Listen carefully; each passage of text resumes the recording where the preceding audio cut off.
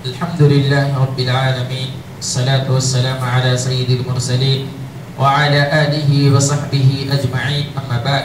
أعوذ بالله من الشيطان الرجيم، بسم الله الرحمن الرحيم.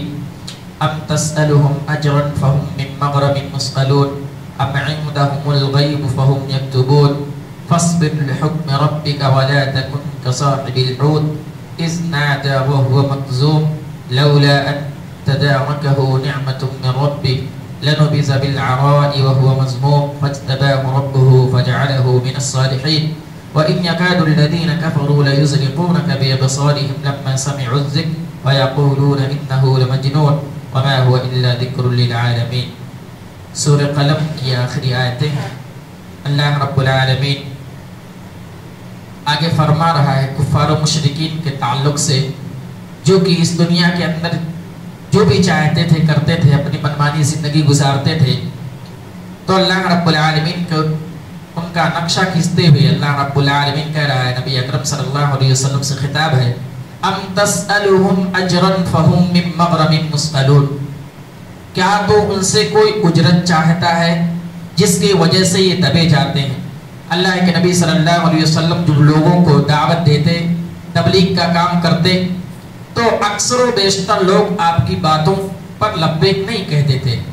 تو اللہ رب العالمین وہی سوال کر رہا ہے اور ان کی سرزنش کر رہا ہے کہ ان کو کیا ہو گیا ہے کہ یہ اللہ کی باتیں نہیں سن رہے ہیں، اللہ کی دعوت کی طرف نہیں آ رہے ہیں، اسلام کی طرف نہیں آ رہے ہیں. ام تسألهم اجرا، کیا تم ان سے کوئی اجرت مانگ رہے ہو کہ جس کی وجہ سے وہ آپ کی باتیں سننے کے لیے تیار نہیں ہیں. یہ کفار مشرکین کی سرزنش کی جاری کہ ان کو کیا ہو گیا، ان کا دماغ نہیں کام کر رہا. ام تسألهم اجرا، یعنی کہنے کا مقصد یہ ہے کہ اللہ رب العالمین اللہ کے نبی صلی اللہ علیہ وسلم کچھ مانگ بھی نہیں رہے ہیں، صرف یہ کہہ رہے ہیں کہ تم دین کی باتیں سنو، دین کے متعلق جو ہے باتیں سنو، احکام و مسائل کو سمجھو اور اس کے مطابق اپنی زندگی گزارو. کوئی اجرت بھی نہیں مانگ رہے ہیں کہ ان کے دبے، ان کے بوجھ کے تلے وہ نیچے دبے جا رہے ہیں. ام تسألهم اجرا فهم من مغرم مثقلون ام عندهم الغیب فهم یکتبون، اور ان کے پاس علم غیب ہے جسے وہ لکھتے ہیں. اور انہیں کے تعلق سے ہے کفار و مشرکین کے کہ جی وہ باتیں کہتے تھے اپنی طرف سے بنا بنا کر کے کہ ایسا ہوگا، قیامت کے دن ایسا ہوگا، دنیا میں ہم اس طرح رہ رہے، مسلمان اور کفار ایک جیسے ہوں گے. تو اللہ رب العالمین سے سوال کر رہا ہے کیا ان کے پاس کوئی کتاب ہے یا ان کے پاس غیب کی چیزیں آتی ہیں جس سے وہ ایسی باتیں کہہ رہے ہیں جو بالکل لا یعنی ہے، نہ تو قرآن سے اس کا تعلق ہے اور نہ کسی بھی چیز سے اس کا تعلق ہے. ام عندهم الغیب، یا ان کے پاس غیب کی باتیں آتی ہیں، فهم یکتبون، جو اس کو لکھے ہوئے ہیں. تو قرآن نے ان کی جو ہے تردید کی ہے. پھر آگے اللہ رب العالمین نے نبی اکرم صلی اللہ علیہ وسلم سے خطاب کرتے ہوئے کہا فاصبر لحکم ربک ولا تکن کصاحب الحوت، اے نبی پاک صلی اللہ علیہ وسلم آپ اپنے رب کے حکم کا صبر سے انتظار کیجیے. ولا تکن کصاحب الحوت، اور حضرت یونس علیہ السلام یعنی مچھلی والے کی طرح مت ہو جائیے. حضرت یونس علیہ السلام کے بارے میں آتا ہے کہ وہ اپنی قوم کو سمجھا رہے بتا رہے، دین کی باتیں سمجھا رہے، کوئی سننے کے لیے تیار نہیں. حضرت یونس علیہ السلام کو غصہ آتا ہے، غضبناک ہوتے ہیں اور وہ اللہ کے حکم کے بغیر اپنی قوم کو چھوڑ کر کے چلے جاتے ہیں. جبکہ ایک نبی کا یہ شعار ہے کہ جب تک اللہ رب العالمین کا حکم نہ آئے جب تک وہ کوئی بھی قدم نہیں اٹھا سکتا ہے. حضرت یونس علیہ السلام غصہ ہوئے، دین کی باتیں کر رہے، دعوت کر رہے، بار بار سمجھا رہے، قرآن جو ہے اپنی کتاب جو ہے دین کی باتیں اللہ کی باتیں سمجھا رہے، ان کو سمجھ میں نہیں آ رہا، قوم والے سننے کے لیے تیار ہی نہیں ہے. پھر ان کو غصہ آتا ہے اور قوم سے بغیر اللہ کے حکم کے وہ قوم سے نکل جاتے ہیں. قرآن مجید نے دوسرے مقام پر سورہ انبیاء کے اندر ارشاد فرمایا وَظَنُّونِ إِذْ ذَهَبَ مُغَاضِبًا فَظَنَّ أَن لَّن نَّقْدِرَ عَلَيْهِ فَنَادَىٰ فِي الظُّلُمَاتِ أَن لَّا إِلَٰهَ إِلَّا أَنتَ سُبْحَانَكَ انی کنت من الظالمین. کی یاد کیجئے حضرت نوح علیہ السلام کو جب ان کو غصہ آیا اور انہوں نے سوچا کہ میں قابو پا لوں گا، پھر اللہ رب العالمین نے ان کو سمندر کے اندر جا پھینکا اور مچھلی نے ان کو نگل لیا. تو ایسے موقع پر انہوں نے کہا فنادى فی الظلمات ان لا الہ الا انت سبحانک انی کنت من الظالمین، اے اللہ رب العالمین تیری ذات پاک ہے اور میں ہی ظالموں میں سے ہوں. فاستجبنا له ونجيناه من الغم وكذلك ننجي المؤمنين. پھر اللہ رب العالمین نے ان کی دعا کو قبول فرمائی اور جو ان کو نجات دی.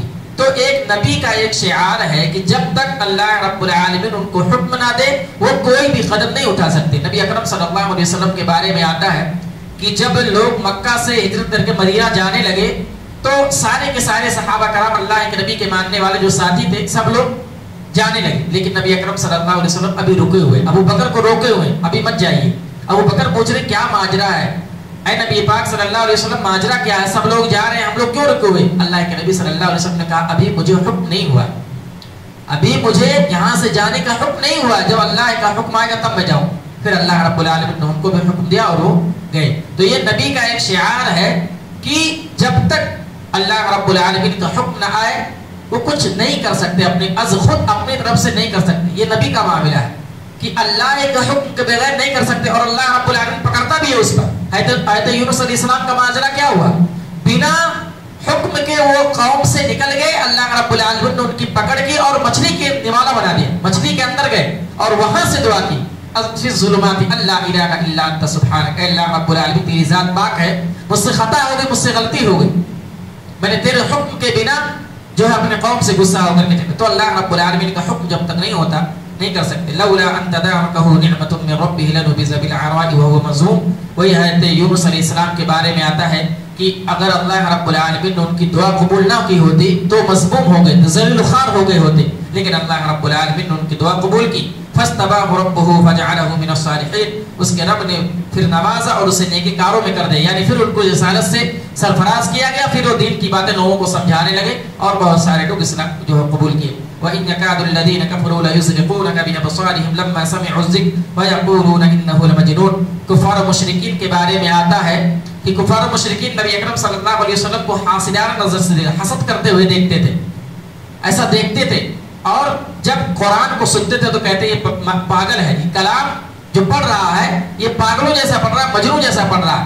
جبکہ قرآن نے کیا کہا, وَمَا هُوَ إِلَّا ذِكْرٌ لِلْعَالَمِينَ, یہ قرآن جو ہے تمام انسانوں کے لیے ذکر ہے, رہنمائی کا ذریعہ ہے, ذکر و اذکار ہے, قرآن مراد ہے, تمام جہانوں کے لیے سراسر نصیحت ہے. تو پھر ایک دیوانہ آدمی ایسا کلام اور ایسی بات کیسے کر سکتا ہے جو تمام دنیا والوں کے لیے ہدایت ہے, نصیحت ہے. اللہ رب العالمین نے کفار و مشرکین کا بار بار ذکر کیا اور فرمایا ہے کہ کس طریقے سے اللہ کے نبی صلی اللہ علیہ وسلم کو ستایا گیا, اور کس طریقے سے اللہ کے نبی صلی اللہ علیہ وسلم جب دین کی باتیں پھیلاتے تھے تو کس طریقے سے بیچ میں لوگ پریشان کرتے تھے. آخر میں اللہ رب العالمین سے دعا ہے کہ ہمیں قرآن پڑھنے کی توفیق عطا فرمائے, قرآن سمجھنے کی توفیق عطا فرمائے, اور اس کے مطابق زندگی گزارنے کی توفیق عطا فرمائے. آمین. وآخر دعوانا الحمدللہ رب العالمین. السلام علیکم.